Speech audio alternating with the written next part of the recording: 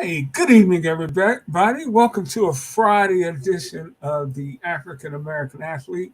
I'm Rickey Hampton, along with my co-host Michael Roberson. Hope everybody's doing well, ready for the weekend, ready for the Super Bowl. Super Bowl parties abound. I know, Mike. Although I know everybody in the Bay Area is probably a little disappointed that Yeah, 49ers. not everybody, but Yeah, the ones that are, because there's some Raider fans like going, boy, right, we're glad. So but right, yeah, right, it's kind of a little somber around here, and I'm hearing, I think CMC, who just got here, was saying about that. Yeah, if we didn't have the quarterback issues, that would be us in the game. Like, okay, here we go. So, dude, you just came I from mean that. Carolina. Let's not start talking this big now. But that really hurt them losing. Right, but Obviously, that don't mean they were gonna beat them. right.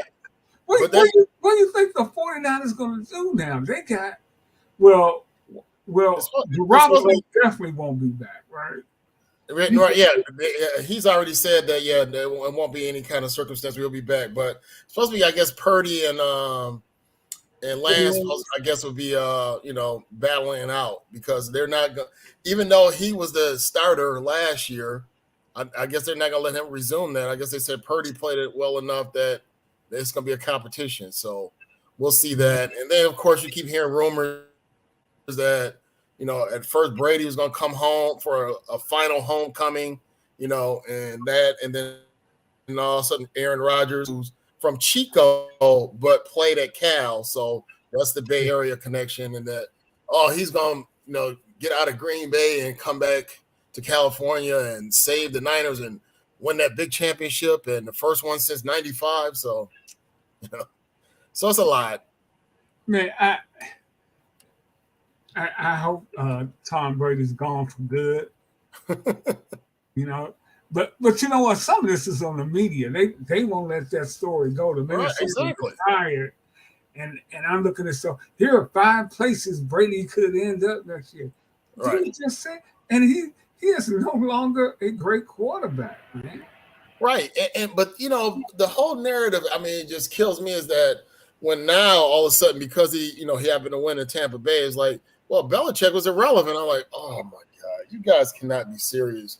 No, but Belichick had nothing to do with that. It was only because of Brady. I said, Brady was a 6th-round pick, was barely staying on the team, was hoping not to get cut. Actually talked to Bob Kraft about, hey, I will really do a good job here. I want to be on your team. So he was on the precipice of being kicked off. And then all of a sudden, the injury of injuries happened. Bledsoe almost got his chest caved in. He takes over. He's basically a pedestrian quarterback out there. He's not doing anything fancy, just doing enough to get them by, just like the San Francisco quarterbacks. And then the moment of his life happens. He fumbles. Looks like the game's over. He's probably going to go back to the bench, and the referees pull something out of their rear ends, and all of a sudden you got the tuck rule. Just think about this. If they don't call that nonsense, who knows if this would ever happen? This whole magical carpet ride he's been on. So to sit there and say, like, I'm not a big Brady fan, but I give him his props for what he took advantage of this situation. No, that's what I'm saying. But to sit there and minimize Belichick, I'm like, dude, when you were just being a game manager in those first couple Super Bowls, who do you think put you in that position? Yeah. Who did that well enough where that defense was so good, and then Vinatieri was like big time helping him.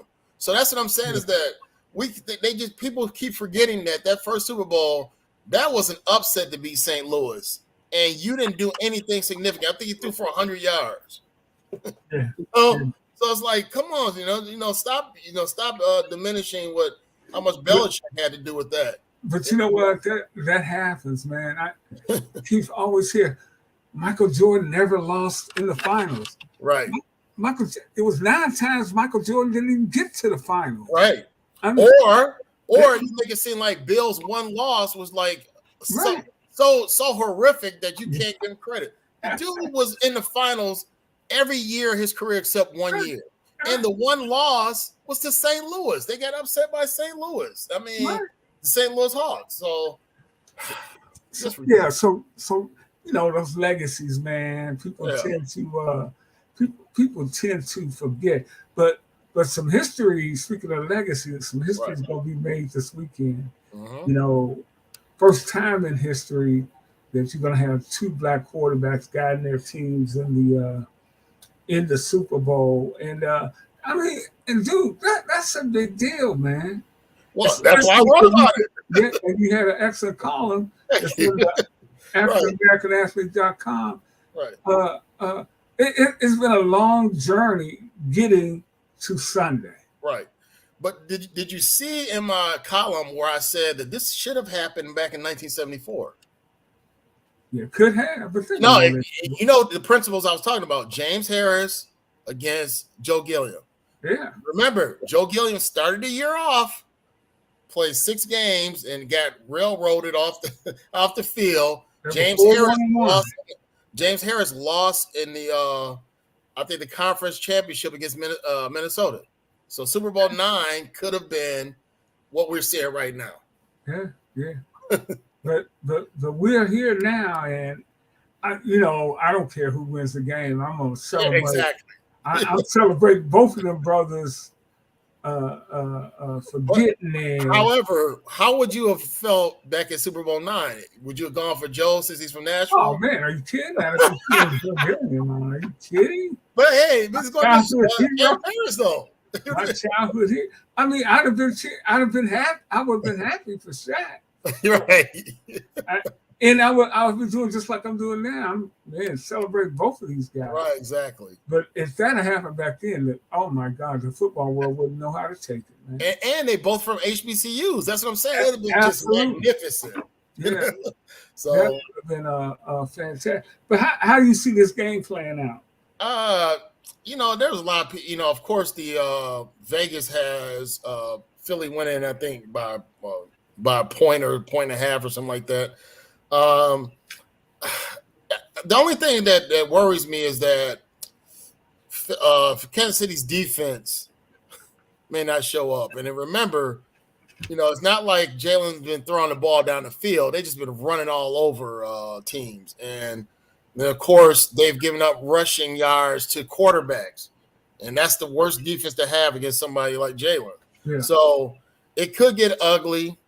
Or if let's say their offense is stagnant, and then you let Mahomes just go crazy. Now, if Mahomes goes crazy, hits Kelsey multiple times and hit now I'm forgetting his name. The one he threw that nice dart to.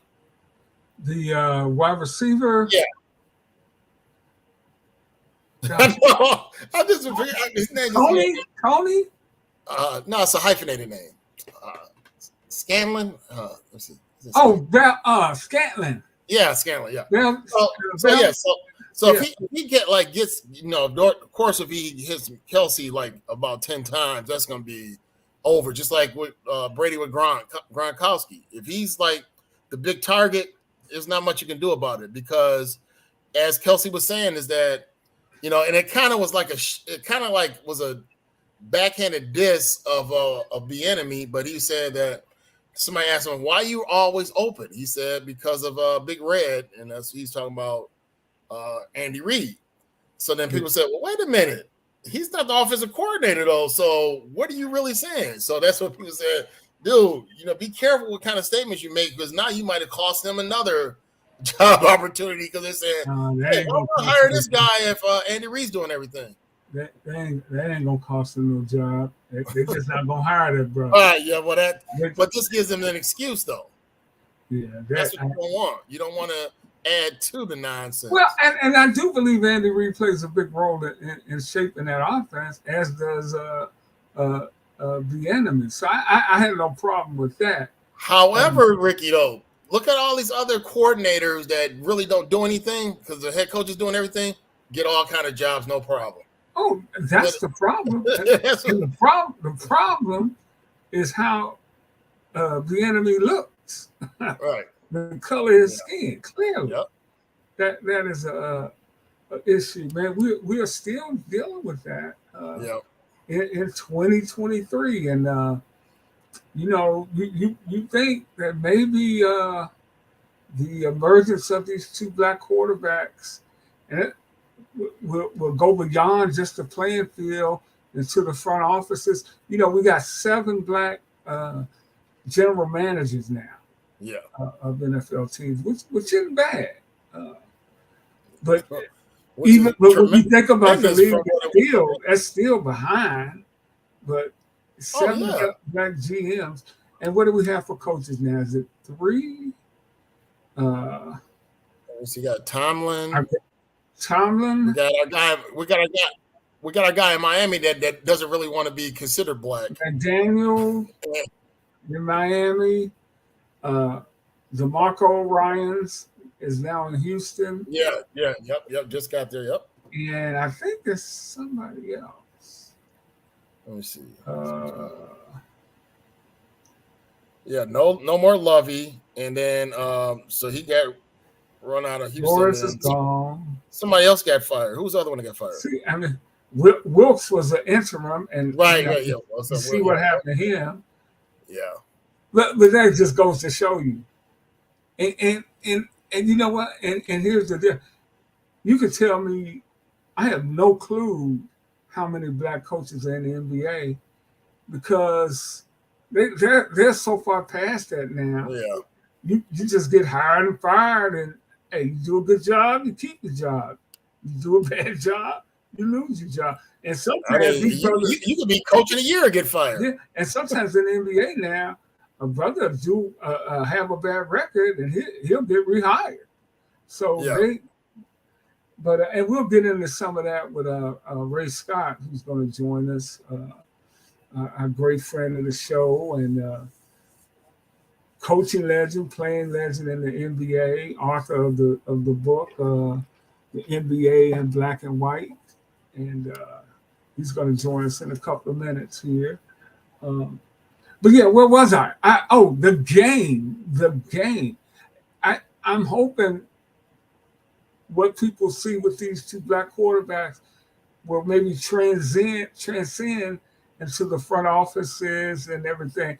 But I'm not holding my breath because, as long as you still have the white ownership in the NFL, they're typically going to hire people who look like them and that they're comfortable with.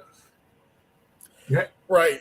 And the thing about it is that when you talked about the coaching, it's only been one scenario with 2 black coaches going against each other. And that was Lovey, who, ironically, right.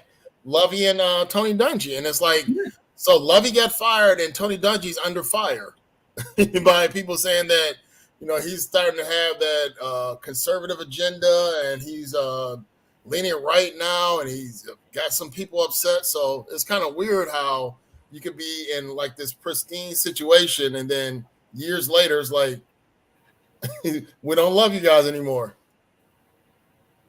Yeah, I'm just and of course Fritz Pollard would be absolutely amazed to see that since he was, first coach, first quarterback, all those accolades that he had. And like I said, in doing the story, I saw a lot more about Fritz Pollard. And it's like, of course, Fritz Pollard Alliance, which is associated with the Rooney Rule. And, we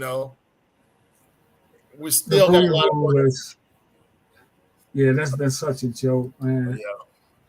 The Rooney Rule has been such a joke. I'm just, Mike, if I sound a little distracted, I'm making sure Coach Scott has his invitation here. All right, not a problem. That is this is live. Yeah. Hey, and since we were on the air last, LeBron James became the all-time leading scorer in the National Basketball Association. Wow, just as he always said, just a kid from Ashland, right. Man. But it's amazing all the hate though. You seen all this nonsense out here? Now all of a sudden it's like, oh well, he still wasn't better than Larry Bird. I'm like, when did the renaissance for Larry Bird come along? It's like all of a sudden when this guy gets close to the record, all of a sudden now people love Kareem. I'm like, come on, man, you guys didn't like him at first. Same thing with Muhammad Ali. Oh, Kaepernick or LeBron, they're no Muhammad Ali. I'm like, you guys didn't like Muhammad Ali back in the day. When we stop with this, this fake, I don't want to say patriotism, but this fake romance with this, with the past when it comes to somebody now doing something when it's LeBron, but then someone else is like, oh no, well, those guys from the past, that was different. But now LeBron is like, also now we want to drum up some of the old school players. Ridiculous. Yeah, in fact, let's. I just want to play this. Just some of the stuff that helped us. Off his head, maybe. Mm-hmm. Lob it up. Oh, LeBron James! A major rack attack. I just said being used on the glass. Do you see the reach I'm talking about? That is incredible. Kuzma can't finish, but James most certainly can. A reverse flush. 16 to shoot, locked to LeBron! Out of bounds, slam it with 2, throw it down. I mean, that pass couldn't have been any better. A 7-0 Oladipo run. Stevenson harassing James. James, oh! A thunderous dunk. Actually, the Pacers got a breathtaking facility. After the shot clock violation, St. Vincent St. Mary's.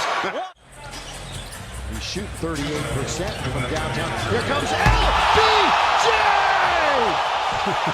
Look out! Oh, the crowd on their feet. That's what they came to see. If nothing else happens, they're happy now. With 3 seconds left, Cleveland triggers in. James, 2 seconds, 1 second for the win. Oh! He'll find LeBron up near the timeline. LeBron goes to work, fires a 3 for the win.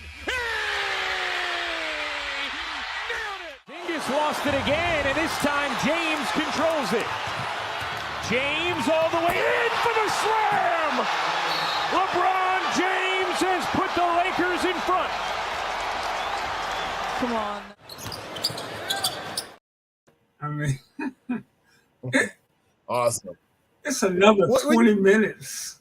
I know. I mean, really, it's another hour Right. you could play of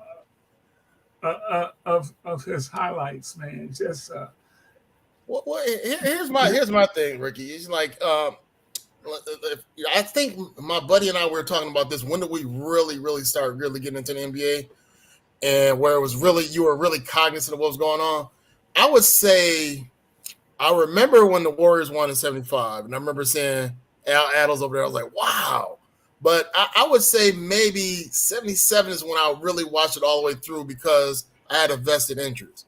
Dr. J was like in the finals. He just come over from the ABA, so it was like just a whole enticing moment. So, and of course, they end up going 2-0 on Portland and lost. And I said, whoa, what happened? But just to see the degree of players. So I was right there when the ABA came into the NBA. So that was I guess you would say that would be my beginning moment. So from that point to now, and then you just sit there and say, well, because I'm old school, I'm not going to like any of these young players. And no, it's going to be either Dr. J's my favorite or, of course, my favorite player is the Iceman. But, if I were to really do something like that, I wouldn't be, truly enjoying basketball. So you get this young guy from Akron. He comes in the league right away, looks fantastic in Sacramento. And then from then on, 20 years later, still looks great. But you get nothing but hate. And, you guys aren't really being honest with yourself. You just really want to find a reason to say, well, so what? He got the scoring title. Kareem never.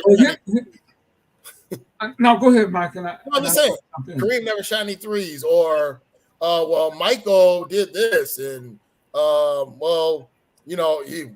Kobe's better than he was, and I'm like, okay, if that's what you feel. But my thing is, be legitimate about your reasoning for picking whoever you have, not just I just don't like them. Because you could not like somebody, but the truth be told, they still are good. Right. So, and here I think the difference today, I think it's always been people who didn't like this player, Right. didn't like that player, but now everybody has their own forum where they can, you know, 20 years ago, if you didn't like Larry, 30 years ago, if you didn't like Larry Bird, you couldn't post it on the internet. Right. You know, Exactly. Yeah. I didn't like Bird, I didn't like the Celtics, but even back then, I had much respect Right. for the, you know, for their game, and I think that is missing today. Even when you don't like a guy, you do. Oh, he's a bad guy. I don't want his team to win, but that dude's a bad guy. And I think the social media thing has really brought that on. I think that, you know, some of the shows we watch on cable TV where everybody's got to talk louder than the other guy has brought that on. So here we are where you have all this vitriol that seems to take place. Like, who's the guy? Skip Bayless. His whole anti-LeBron thing, clearly that's a stick. Yeah. Clearly that's a stick. Because made him millions of dollars. Yeah. That is his deal. You're absolutely right. He gets paid to bring that negativity, and that's where we are in sports and a lot of other issues in our country today. Right. But you want to know something, though? You think about it. 20 years ago, no, not even 20, 30 years ago, it was talk radio's evil. Yeah. I was right in the midst of that when that first started. Like in the early 90s, it was like, oh, these shock jocks and this talk radio. They're just, you know, they're just throwing out all this vitriol and all that. And I just said, you know, now it's the internet, you know, social media. So it's been around for a minute because, and you think about it, that's when Michael started winning.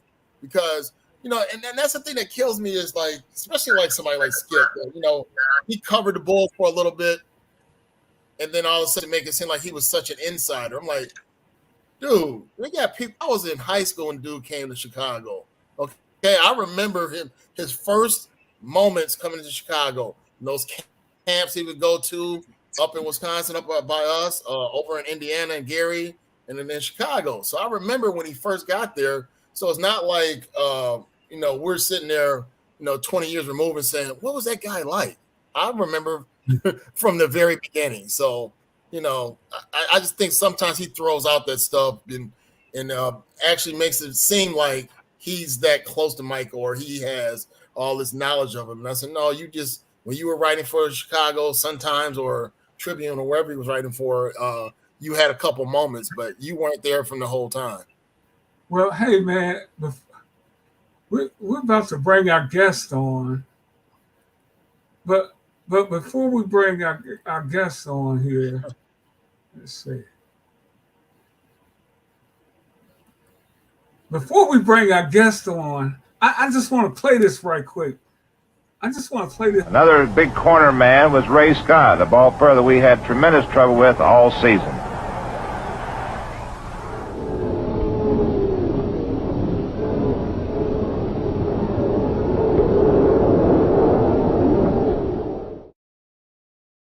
Elgin Baylor has nothing for you, Ray Scott. Listen, I'm so proud that you show those two that I scored on him instead of that 15,000 you scored on me. And you did the shot that LeBron should have done last couple nights ago, that hook shot. That's what he was trying to do. He was trying to do a hook shot, but they pushed him out. Yeah, but well, see, Elgin wouldn't give me the body.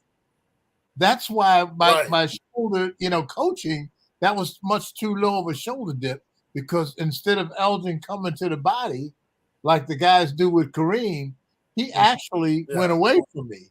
And so I got a lot more lean and it caused the shot to roll around and go in. But you had the soft touch though, Ray. Yeah, I took that film apart 50 times. Hey, we are glad you can join us tonight here on the African American. I'm so sorry I'm late, guys. I was fine. People will sympathize with me because when I say this, you guys will get it. I was into the old man nap. I had it happen myself. I know the deal. I woke up screaming. I'm supposed to be on the radio, and it was that old man deep nap that you get into. It was that good one, boy. Ray, I missed the whole show because of that. I was teaching. I was running around covering all these games. I was teaching. Yeah. I got home. I said, "Okay, I'm gonna be on the show in a minute." I said, "All right, yeah." And I was out. Then I said, "Oh my God, I missed the whole show." And I said, and he was in a deep one, Ray, because I called him a couple of times. He was just in a deep one. I was in a deep one. Yes, I apologize. Because I know how you say, man, my man's supposed to be here. And where could he be? And honestly, I was asleep.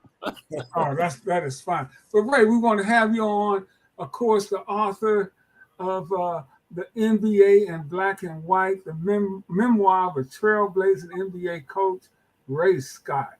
A great book that I suggest you get it anywhere. Amazon, Barnes and Noble, it's all over the place. Yeah. And except now, if you go to Florida, you might have a problem. I got a problem in Florida, though. You got a problem. And we want to start this conversation off because we're going to get into several issues. But I do want to start this conversation off as you as a pioneer and a true trailblazer. When you hear something about what's going down in Florida, where a book about Roberto Clemente, right, and Henry Aaron, among others, and even yours, have been banned in some counties in Florida as the governor there. I don't know what the hell he's trying to do with this with his mission. We're banning books in 2023. Yes. It's the most frightful thing I've heard of in our last, I don't know, cycle of 10 or 15 years. I mean, when we've done the Klan, we've done all of the new militia groups. I mean, we've done all of these kind of winks at the past. And so you understand when you have those winks and elbows and people kind of, well, yeah, we're going to try this one. But this is the most blatant thing that I've heard of in some time when we have pictures of people breaking into bookstores and burning books in the street and people taking books out of people's homes and burning them. And burning their homes because they have books. And you're telling me that in the United States of America, this is what 2016 has come to. That we have a man that encouragingly can stand up and say, we are banning these books in the United States of America, in the land of hope and freedom. That's what we've come to.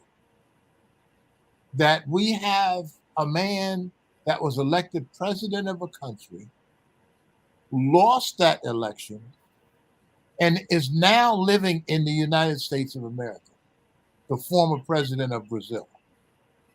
I never would have believed any of the things that and this has nothing to do with race in terms of making the decision to let it happen. This is pure evil, in my opinion. And if you ban a book in the United States of America on Henry Aaron, who has done nothing in his life but be an upstanding American and a symbol for what we could be and where we could go, and you ban his book, or Roberto Clemente, who died trying to feed people in the Caribbean and flying and lost his life. And these are people, you're banning their books? I mean, I don't understand it in any accounts. If you said they were going to ban Portnoy's complaint, I don't care. That just the words ban a book. That could you can be a leader in America and have that come out of your mouth. We are true men. I'm telling you, we're in a much more frightening situation than we think. Yeah. Well, for me, of course, I mean, in a country where it's supposed to be all about democracy and how we're going to fight against communism all over the world, but then all of a sudden you're doing something that happens in a communist country. Yes. Where it's like, you guys don't have the right to write anything. If you say the wrong thing, even though it's supposed to be freedom of speech, but if you say the wrong thing that offends certain people, they can shut you down. Like what happened to Kyrie. There's no way that should be happening in America, but he watches something or posts something, a video, despite if you think it's bad or not, it's still, where's the freedom of expression, freedom of speech? It wasn't like he was saying, I hate these people and all this. He said, I'm watching this. I'm trying to find myself. I got some questions that need to be answered. So it's really, really going into this. And then, of course, the whole Make America Great Again. What does that mean? Right. When you can just treat black people like second-class citizens, when you can just violate them in any kind of way. And we know the bad history of Florida with Rosewood, overtime, all the other atrocities that happened in Florida. Just keep coming north. Yeah. Exactly.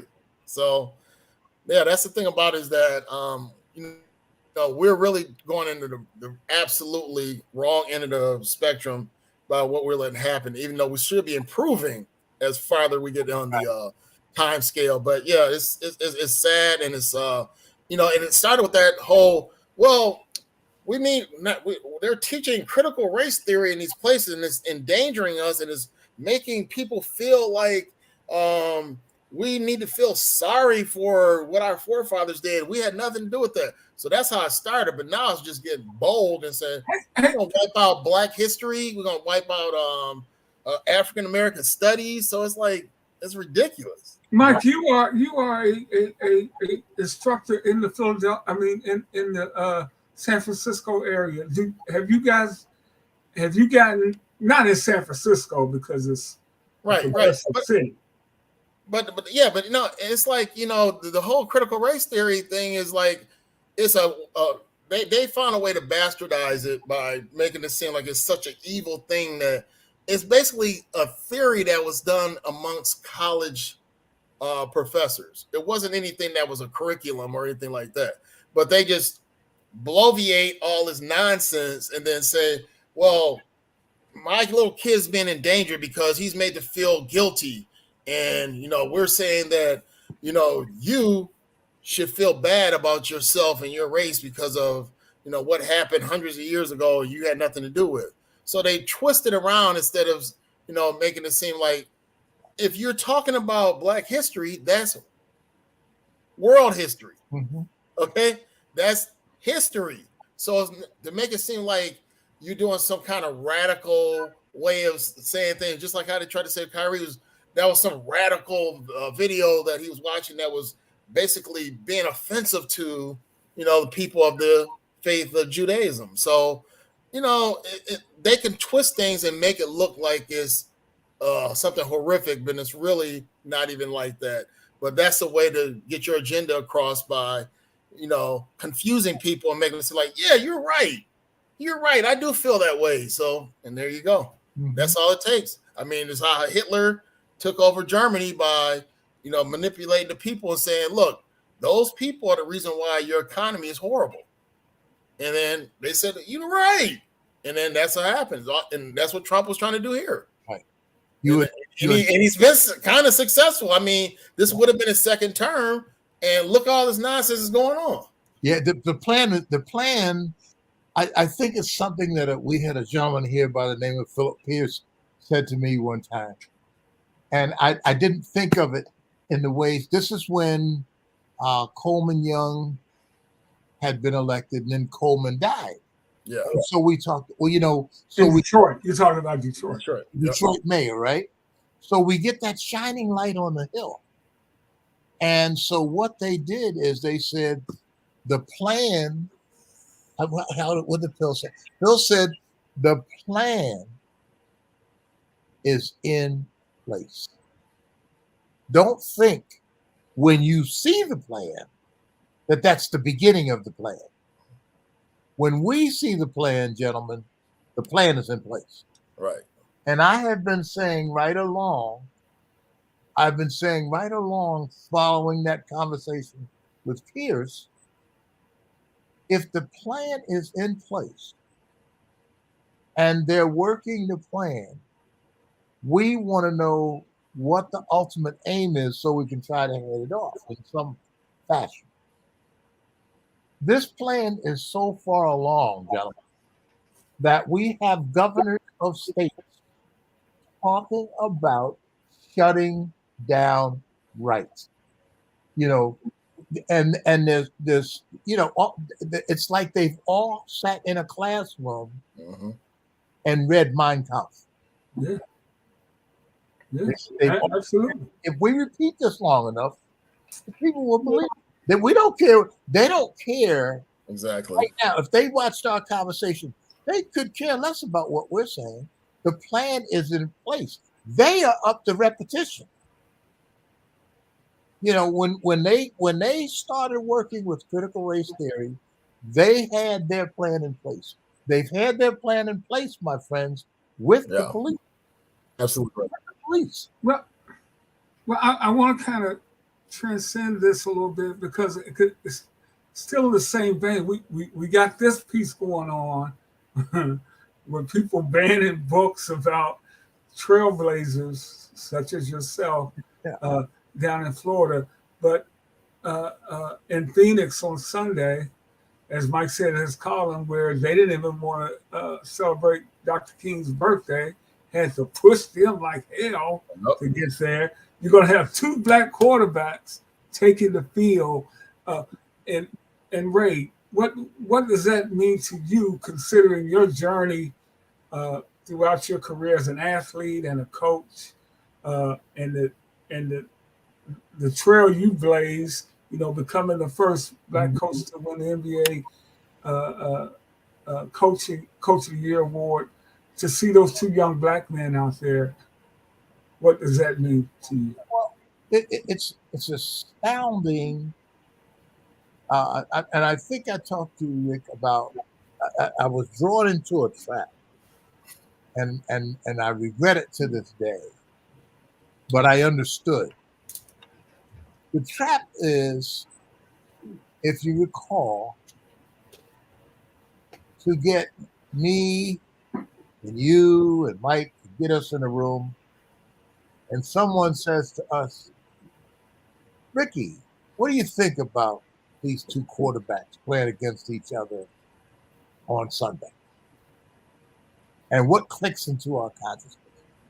And I remember being asked that question when we had the situation with either two quarterbacks playing against each other or two African-American coaches in football coaching against each other. And so what Judgy and Lovie Smith. Yeah, remember that? It was it was a big whoop-de-doo. And the guy says to me, he said, what do you think about it? And he knows I'm opinionated and I look at things and I observe stuff. And I said, well, I want to believe, I want to see us as a country where it's not a big deal. It's two qualified men coaching against each other. And that's all, that's it. That's as big as I want to make it. And then he said, well, to Jim Thrower, he said, Jim, what do you think about it? Do you know, what is your, and it was, what is bigger, why is yours bigger than mine? And so Jim Thrower said, oh, I think it's a big deal. I think it's a huge deal. And I said, oh man, the thing I hate to get drawn into, because I know it's a trap. I know the game. Right. And I said, oh man, we went for it. We both went for it.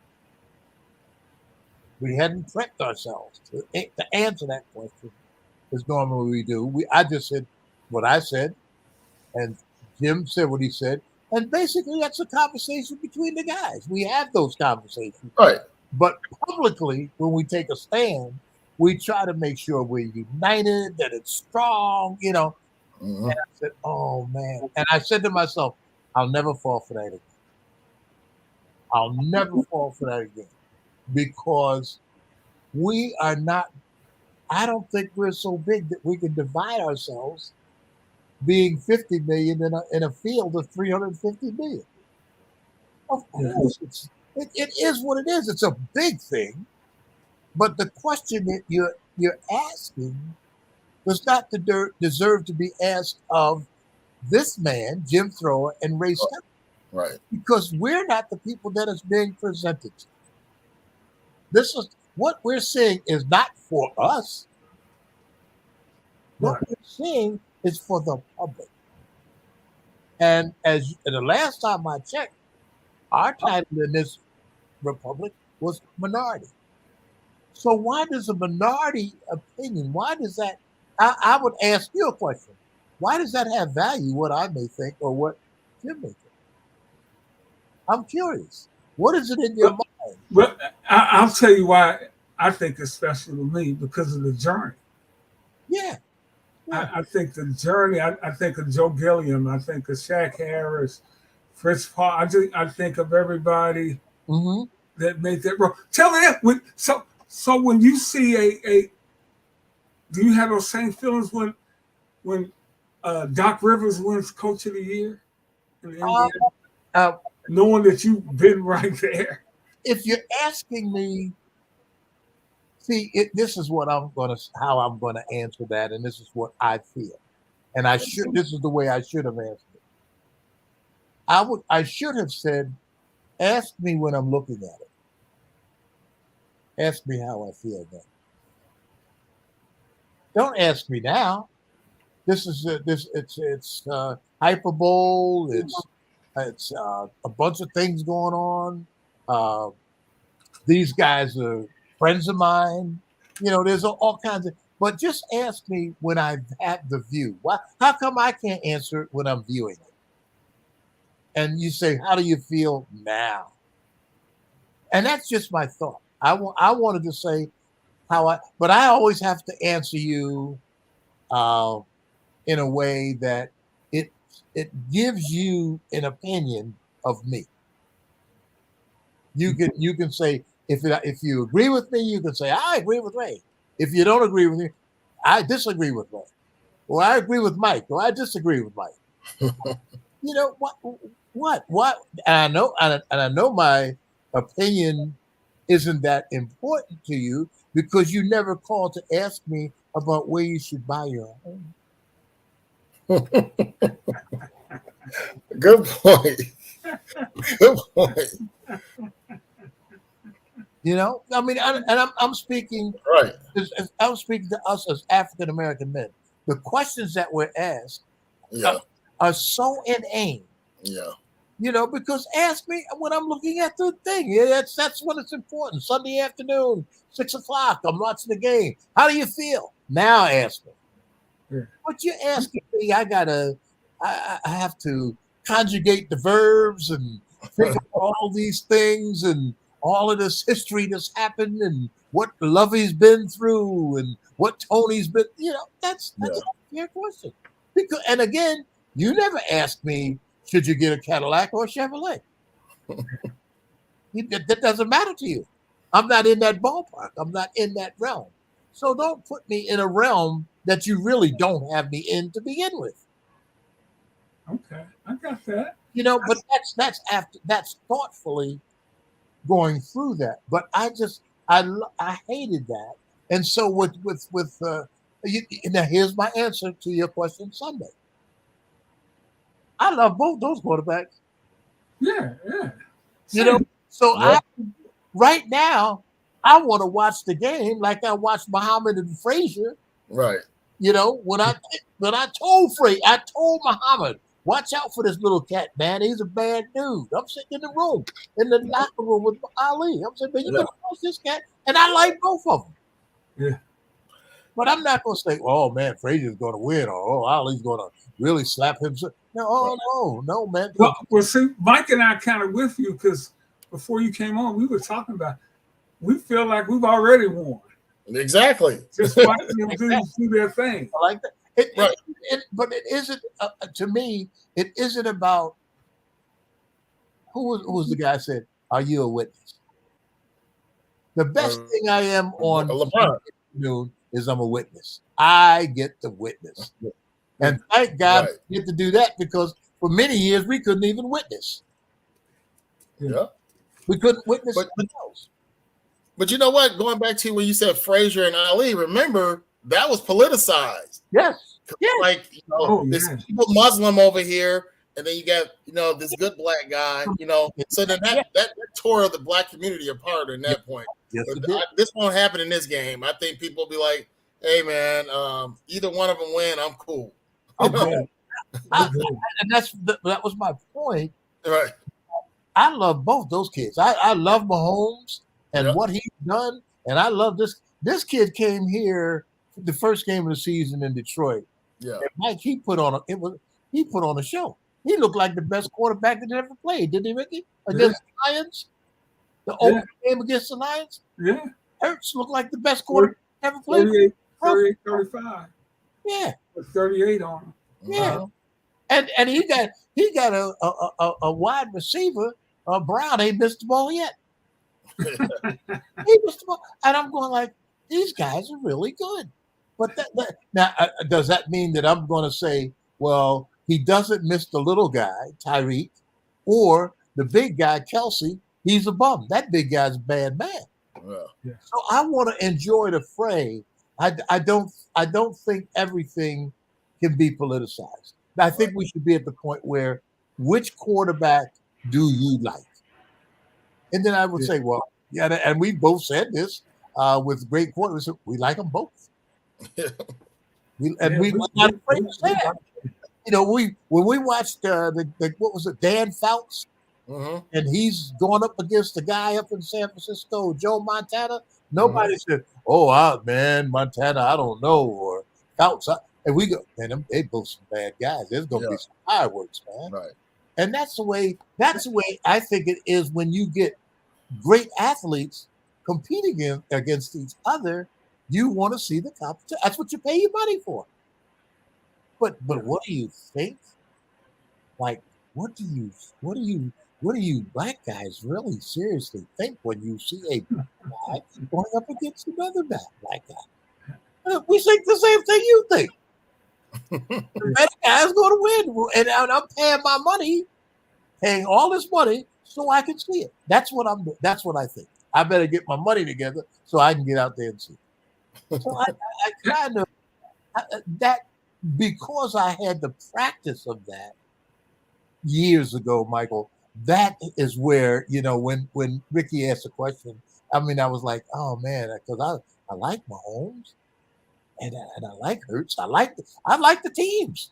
Right. They got good linebackers. They got good edge rushers.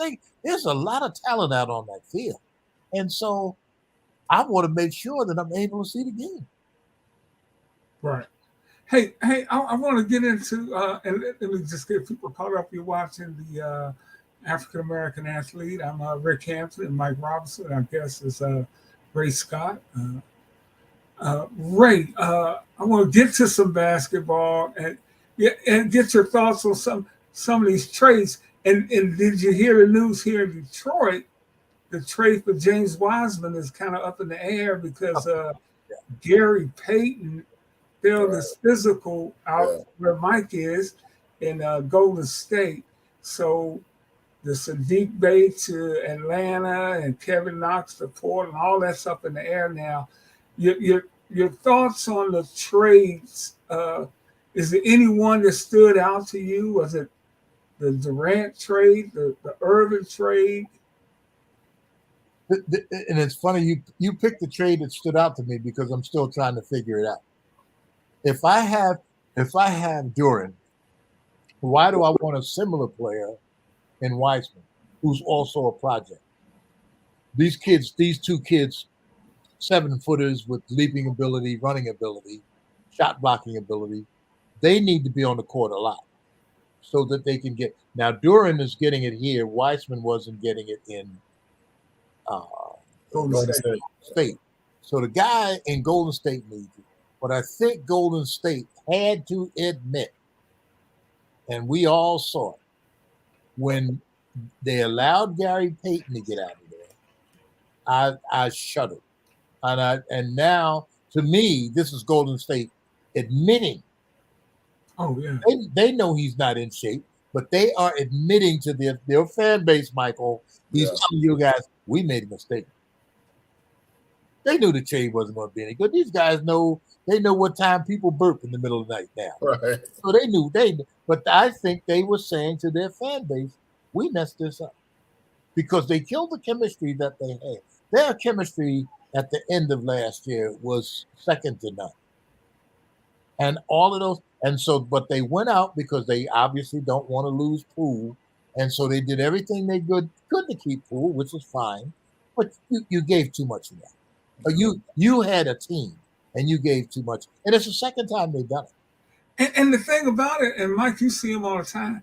I mean, Peyton, his stats are okay. It was nothing. He just brought something to that team. Yeah, he brought chemistry because in the minutes that he played, he was probably one of the few people you've seen in a whole season play to his whole strength of what he could do. And he made one mistake in the playoffs against Memphis. I think it was a bad foul or what, but it was something that was nonsensical for Peyton. He made one mistake and everybody noticed it because he doesn't make mistakes. And I think everybody will remember that mistake, whatever it was. But I think because it was like, that was so unguaranteed. They say he got angry and he argued a little. He never did any of the things we saw him do. All right. I said, that kid, man. I said, you ever see a guy play a perfect season? You just watch the kid play a perfect season. And he made actually one mistake. So I thought that in this trade, what I saw was, besides the shifting of money, the owners are now saying, we're giving these guys all this money and we ain't getting to the promised land. So we gotta try to do something. We just can't sit still and just keep going down this path. And the first team that sent that signal was Brooklyn. See, they did this exact same thing that Miami did. And Miami got the 3 guys, won 2 championships. Mm-hmm. They did the same thing with Harden, with Kyrie, and with Durant. They don't have a championship. And these people are tired of putting out $100 and $120 million and not getting a return. This year, for whatever reason, and I don't know whether it's because they got so much money that they can play with, but this year they kind of all got some sense. And what happens, in my opinion, in trade sessions like we've had, I've never seen this. There's so many good kids. Like a kid like Michael Bridges. Yeah. He's been nothing but a great player for Phoenix. He's been nothing but a great player. And look at this. Here he is. He's traded now. He's gone. And I'll bet $1 to a hole in a donut. He loved Phoenix. But look, that whole team now, the structure of what they were, that is no more. Yeah. And so you said, well, I think, Ricky, you said, we talked a bit ago, we talked about the Durant being 35 years old. That's not somebody I'm building with. Right. I gave away all young talent, right? That was like the basis of my team, which was young talent. I gave all that away. I got Durant, but I'm saying I got to win right now. Matt, what? Ishiba? Ispa? Yeah. He said, I want to win right now. I want to win that. Does he give them that chance? With Durant, yes. Yes, you do. Yeah, because Durant, as he's proven, can put the ball in the basket. We know Devin Booker can put the ball in the basket. But the suspicion for them is going to come in the middle with Ayton.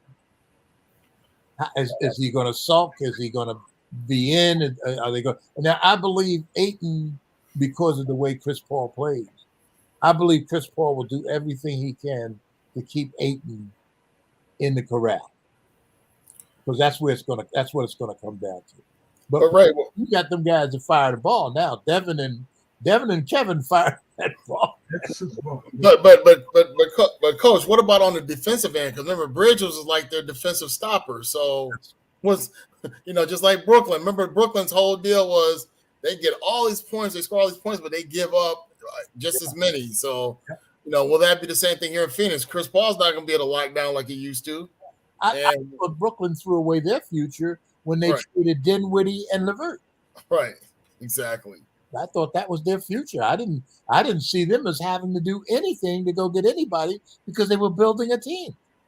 It's still a team. It's still a team game. It's not. Right. They try to make it about these guys, and LeBron keeps proving it to you. It's a team game. And where LeBron goes, if he gets a team, he wins. You notice it? Yep. If they depend on just the superstars, him and AD, they don't win.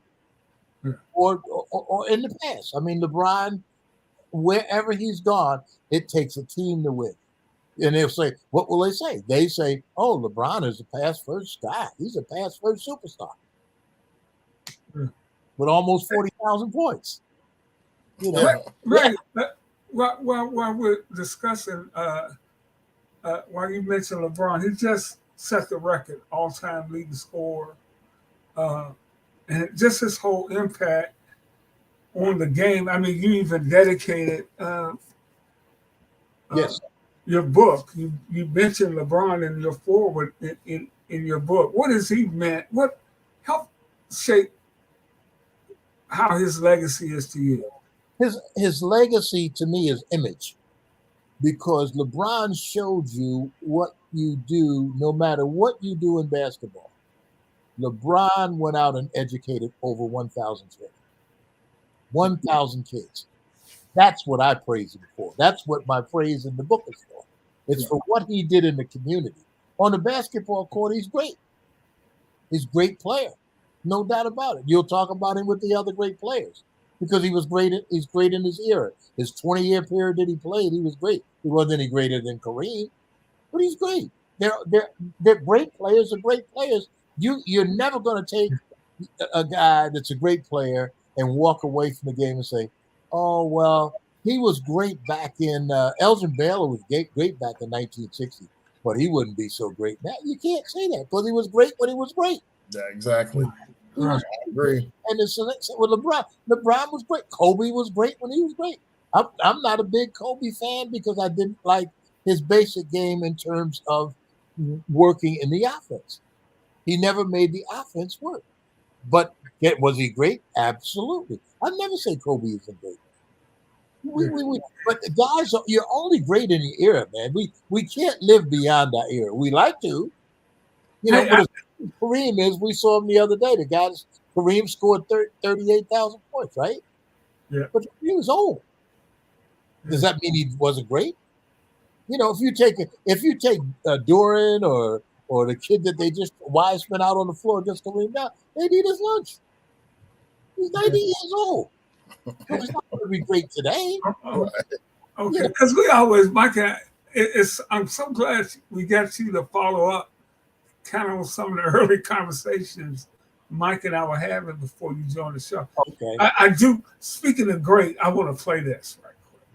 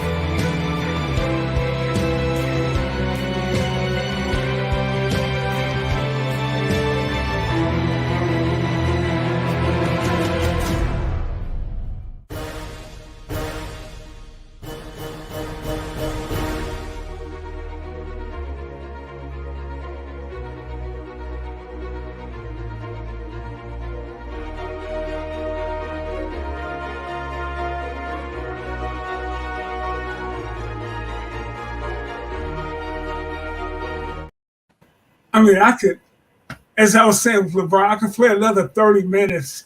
I like.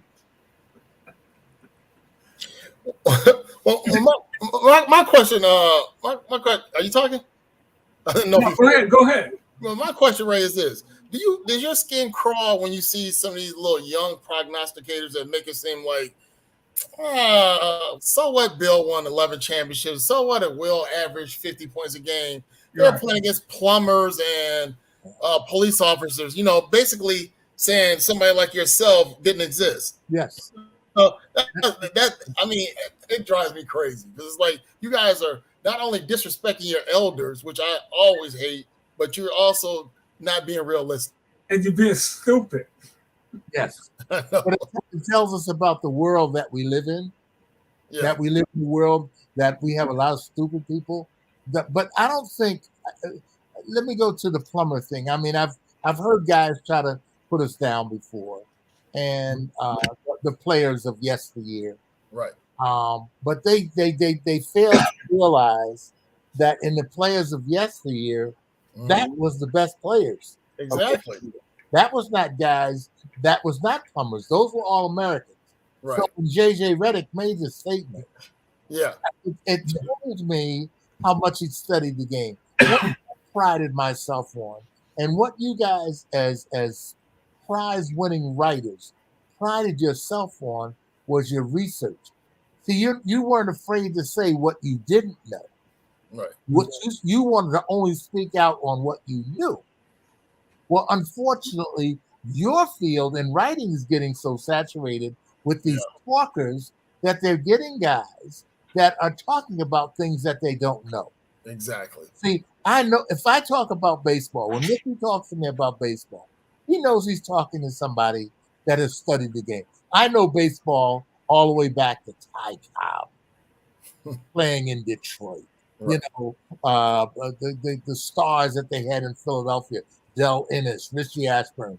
I'm talking about players that either, if I didn't witness play, I went up and I read the stats. I went to say, what did they do against the St. Louis Cardinals when the Cardinals had what the great Stan Musial and Peanuts Lowry and Eno Slaughter. You know, you study something, and then you can speak to it with an opinion or knowledge. But when people, it's fearful when people speak and you pay them and they have no knowledge. Yeah. That's a very frightening piece in our society. But I'm wondering now if that's part of the plan too. Right. You know, are we allowing ourselves to get caught up in that and be stupid, as we said earlier, just being stupid? Because that's stupid. Yeah. Say that those guys are plumbers, and well, then what are you saying about a plumber? Because those guys were all American basketball players. Right. Yeah. So what are you saying? Are you that dull, or you think that somebody would go out and begin a sport with guys that can't play, not knowing that this whole thing on basketball excellence started back in the 30s with the Harlem Globetrotters and the New York Reds, and they were making these teams. They made up a league called the NBL, or the National Basketball League, or they were all Americans, and then they went to work for corporations and made corporations great. These guys played in the Olympics. We were the best in the world. Are you saying that our best in the world is nothing? Is chump change? So you don't really research and have knowledge of what you're speaking on. They just like you because you're a nice looking guy and you have articulation, and and you smile. Right. But that doesn't make you knowledgeable. And if we don't hold them to that, then this is what we get. Now we're getting what? People telling us we can't have books in school. What made us so unique as a nation and makes you guys unique as people? You're the seekers of wisdom and truth. Whatever. And speaking of Ty Cobb, his book is not banned. His book is not banned. And nor should it. Hey, he wrote that book, but don't do that to the other books. That's a slippery slope, man. That's a slippery slope. And avowed racist, his book is not bad. His book is not bad. His book is not bad. But I want to play that little clip on Wilt because of what we're talking about, and Mike put it so well, how people look down on the athletes of the past and their accomplishments. I mean, it's simple to me. If you want to find the greatest winner in the history of the NBA, it's Bill Russell. Yeah. If you want to look at the most dominant player in the history of the NBA, no, Ricky, all four sports. Yeah, he's the winningest one, and he won more than anybody did in hockey, baseball, football, and then of course, if you want to throw in soccer and all that. I mean, 12 of his 13 years, he was in the finals. Yeah. So, and I'm not even sure what happened that 13th year or the 1 year that they didn't make it to the finals. I'm not. I can't remember what happened, but I know they St. lost. Louis got him. St. Louis got him. No, that was the 1 year that was in the finals. I'm saying the year right. But I'm saying that. But Philly got him 1 year. Philly got him. Philly got him in '66. I know because I say in my book, which is a faux pas that was brought to my attention, I said in 1966 the Philadelphia Warriors won the title. Yeah. Right, and it wasn't the Philadelphia Warriors; it was the Philadelphia 76ers. They had just become the Sixers. But right in that, Uh-huh. I'm sorry, I didn't mean to cut you off, Ray. Go ahead. No, I was just gonna say one of the things I like. They said all he did was dunk. In that clip, you see this beautiful fadeaway jumper on the backboard. Yeah, you start listening to those cats, you're in trouble. Yeah. Instead of listening to the cats that were out there. Yeah, that's what I'm saying. They showed Damian Lillard, again, being a student of the game. I watched Damian Lillard beautifully get 60. Beautiful. Damian Lillard. I mean, he couldn't miss the Indian Ocean the way he's shooting the ball. He was just deadly. So I'm watching this guy, and they said, "Oh my God, he scored 60." And this is the fourth time he did it. And the other guy that scored 60, he just did it 4 times. And then there was another guy that scored 60, and he did it 4 times. And there was another guy that scored 60, he did it 60 times. That's what Chamberlain. Exactly. And so you want to give, all of this accreditation to what Lillard's doing, and that's because you see him and he's your boy, and you have a beer with him or a cocktail, or he rubs your shoulder somewhere, so you think he's a cool dude. But we think Wilt is an icon, man. 60 times over 60 in 13 years. Mm-hmm. Kareem didn't go 64 times in 20 years. In 20 years. I mean, Russell didn't score 40 in more than 1 or 2 years. But what he was is he was that engine that drove that thing up in Boston with all those guys in the Hall of Fame. And I could find you clips. I mean, Russ must have got dunked on more times by Wilt than even in that clip. But I mean, he was doing it to everybody. Yeah, he didn't care who you were. He didn't care you Bill Russell. Yeah, they was like winning the game because he had a better team. Yeah, but Russell had what was done to him by Wilt in a 4-team division. Yeah. Syracuse, New York, Boston, and the furthest team south, Philadelphia. Yeah. Then we came over to Cincinnati, or you can say Rochester, because they were in Rochester too. But Cincinnati, St. Louis, Detroit, and the who was the 4th team, Mike? There was St. Louis. St. Louis. Oh, the Lakers. Okay.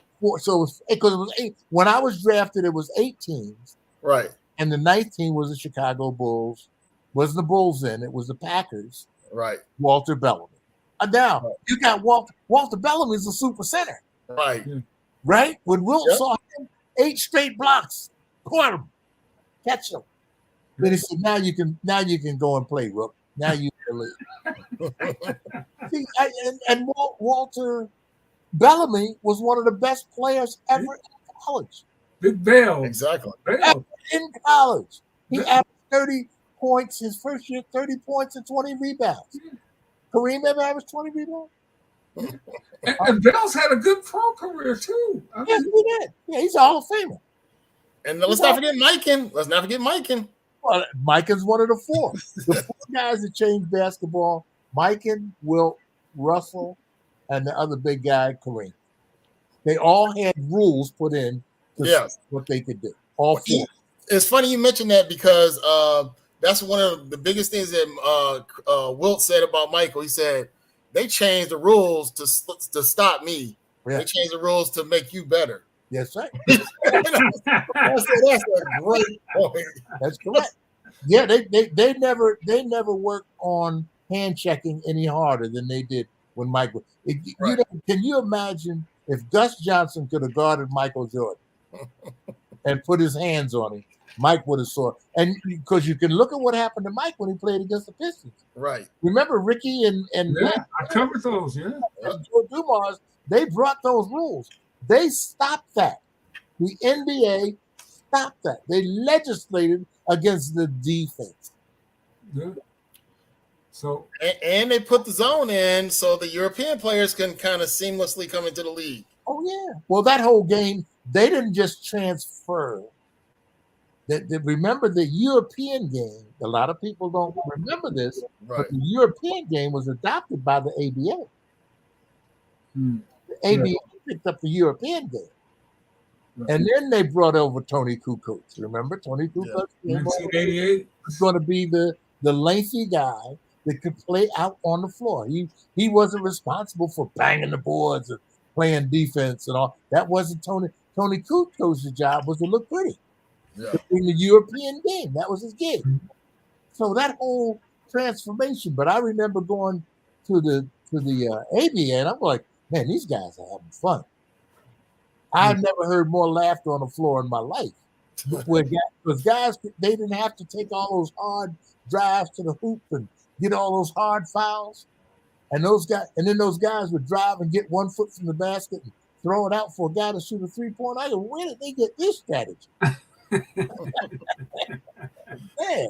But that was a transformation of the game, and the game that they wanted, that's the game they wanted on TV. They wanted that long shooting, running up and down the floor game and not bringing the ball up the floor with Oscar and running a pick and roll or running a double screen or, all that stuff wasn't there. But they wanted it because they wanted, in my opinion, they wanted for TV. Just like the long pass in football and the home run in baseball. They were all transformative. They transformed baseball in 1920 with the Babe.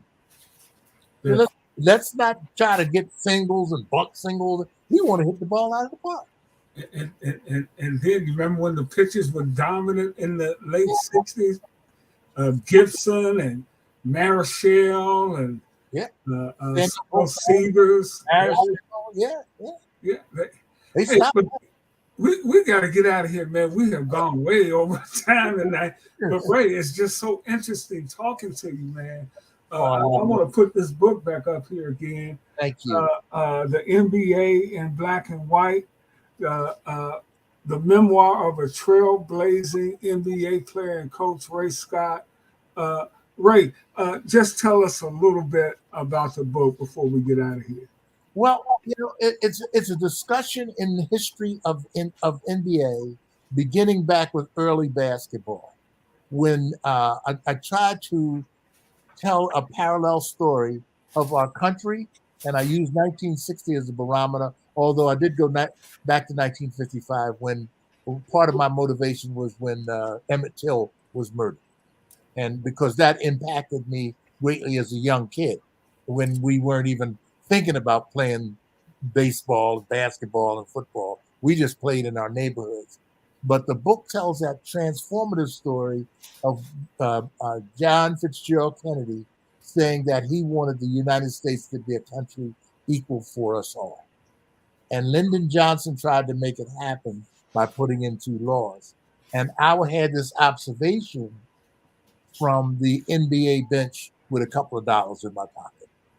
And that if you ever want to see your life improve, always try to get a couple bucks in your pocket and see how much better you feel.